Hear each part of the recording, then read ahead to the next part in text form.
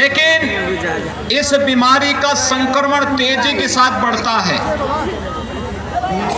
जब तक कोई दवा या वैक्सीन हमारे पास स्वयं पहुंच करके नहीं आती है, तब तक हमें प्रधानमंत्री मोदी जी के उस मंत्र को हमेशा अपने साथ रखना होगा, और वह मंत्र 2 गज की दूरी और मास्क जरूरी है।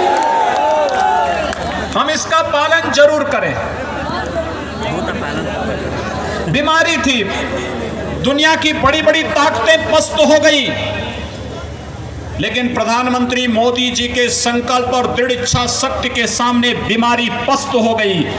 और भाइयों बहनों, प्रधानमंत्री मोदी जी ने देश के लोगों के लिए, 135 करोड़ लोगों के लिए, उनकी सेवा के लिए, उनकी सुरक्षा के लिए किसी प्रकार की कोई कोताही नहीं बरतने दी। लॉकडाउन प्रारंभ होते ही 1,75,000 करोड़ रुपए का गरीब कल्याण पैकेज की घोषणा करके एक व्यवस्था दी। हर गरीब को मुफ्त में राशन मिलना चाहिए। जनधन अकाउंट धारी हर माता के खाते में 500 रुपए महीने जाएगा। हर किसान के खाते में 2,000 रुपए जाएगा। वृद्धजनों, महिलाओं और दिव्यांग जनों को अग्रिम पेंशन मिलेगी। और भाइयों बहनों, ये कार्य आगे बढ़ाने के साथ साथ गरीब कल्याण रोजगार अभियान का शुभारंभ भी प्रधानमंत्री जी ने आपके बिहार से ही प्रारंभ करके लोगों को रोजगार देने, एक बड़े अभियान को आगे बढ़ाने का कार्य प्रारंभ किया है। और मैं आप सबसे अपील करूंगा, मोदी जी पे विश्वास करिए।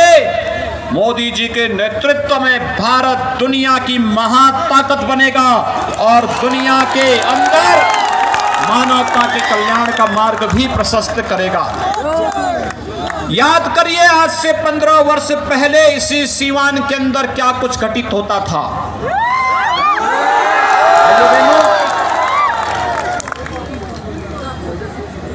जो हमारे नौजवान हैं, जिनकी उम्र 30 साल, 35 साल, 40 साल की है, उन्हें वे सारी घटनाएं याद होंगी।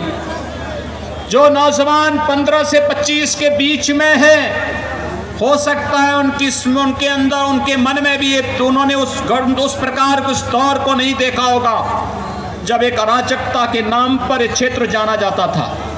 व्यापक गुंडागर्दी होती थी, बहन बेटियों की इज्जत के साथ कहीं भी खिलवाड़ हो जाता था, और जहां कहीं कोई भी यहाँ का सम्मान